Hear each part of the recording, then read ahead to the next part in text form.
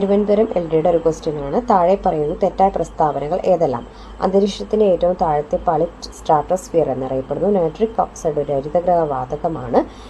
Granite ഒരുതരം അവസാദശിലയാണ്. അളകനന്ദ, ഭഗീരഥി എന്നീ നദികൾ ദേവപ്രയാഗിൽ വെച്ച് കൂടിച്ചേരുന്നു. ഭൂമിയുടെ അന്തരീക്ഷത്തെ 5 പ്രധാന പാളികളായിട്ട് തിരിച്ചിട്ടുണ്ട്. Troposphere, stratosphere, mesosphere, thermosphere, exosphere എന്നിവയാണ് പ്രാഥമിക പാളികൾ. ഇതിൽ ഓസോൺ പാളി കാണപ്പെടുന്നത് സ്ട്രാറ്റോസ്ഫിയർ ആണെങ്കിൽ ഭൂമിയോട് ചേർന്നുള്ള അന്തരീക്ഷ പാളി ട്രോപ്പോസ്ഫിയർ ആണ്. മേഘങ്ങൾ കാണപ്പെടുന്നതും അന്തരീക്ഷത്തിൽ ഏറ്റവും താഴെയുള്ളതും ട്രോപ്പോസ്ഫിയർ ആണ്. പ്രധാന ഹരിതഗ്രഹ വാതകങ്ങൾ എന്ന് പറയുന്നത് carbon dioxide, methane, nitrous oxide എന്നിവയാണ് പ്രധാന ഹരിതഗ്രഹ വാതകങ്ങൾ.